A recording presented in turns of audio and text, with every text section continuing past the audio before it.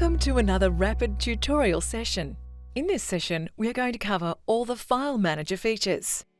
We'll look at how to create a folder and how to configure the File Manager settings, how to link the file to a personnel type, how to link a file to a request to register email via your contractor management system, how to link the file as an emergency procedure document in the Rapid Admin app.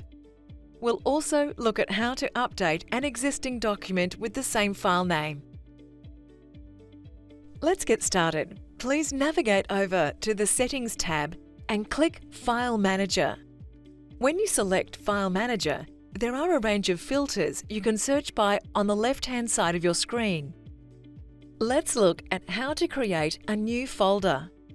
Click on Add Folder, name the folder. And let's say you wanted to upload the Rapid Contractor User Guide into this folder. Simply move over to the right-hand side and click on the Upload File icon. Now select your file and upload to this folder. You can give it a title and even link it to your personnel types. If linked, the document will appear in the Resources tab in the Trainee and Contractor portal. You can select more than one type. Then you can also link it to a particular site. Other additional settings include attaching to a request to register email. Let's say the document needed to be attached to a request to register email. It's simple. You just select the required personnel type and ensure the request to register and mandatory toggles are set to yes. Linking the document as an emergency procedure ready to show up on the Rapid app, again, simply change the toggle to yes. Don't forget to click Save.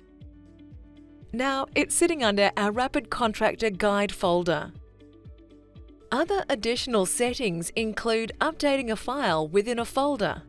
For example, if the Contractor Management User Guide has an updated version, click on the Edit icon against the document you wish to change. Rapid tip: to automatically update links to this document that may exist in courses and throughout your system, upload the new document with the same file name. You can then remove the old document and click Save. And then the system works. It's magic. And that is all for today. Thanks for joining us on learning all about the File Manager features, such as creating folders, configuring the settings, and updating existing files. Click to subscribe to our channel and visit Rapid Support Centre for more helpful tutorials and guides.